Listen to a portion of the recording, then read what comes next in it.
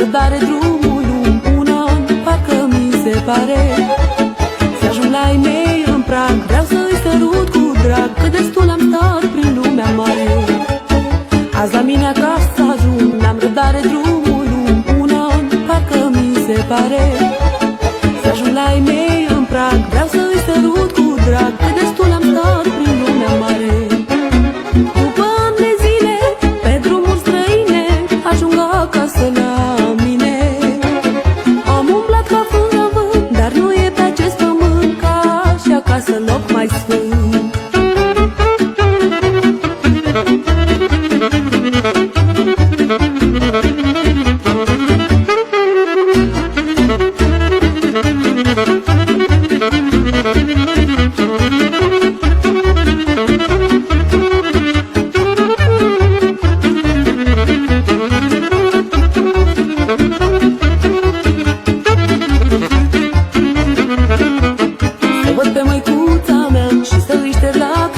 Că plâns pentru mine într-una.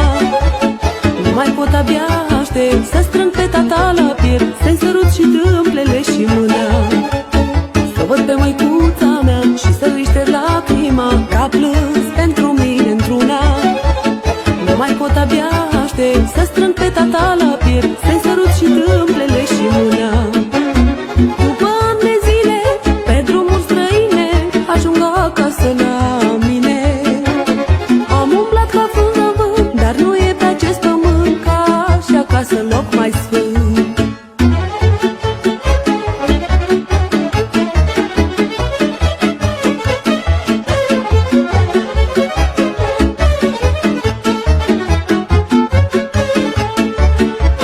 Vreau să ajung la frații mei, să stau la masă cu ei, un cadou să le pot face. Din ce am adus și eu, când străinătate e greu și acolo nu m-aș mai întoarce. Vreau să ajung la frații mei, să stau la masă cu ei, un cadou să le pot face.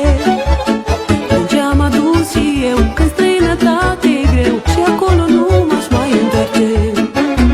După ani de zile, pe drumuri străine, ajung acasă la mine. Am umblat ca frunză în vânt, dar nu e pe acest pământ ca și acasă loc mai sfânt. După ani de zile, pe drumuri străine, ajung acasă la mine. Am umblat ca frunză în vânt, dar nu e pe acest pământ ca și acasă loc mai sfânt.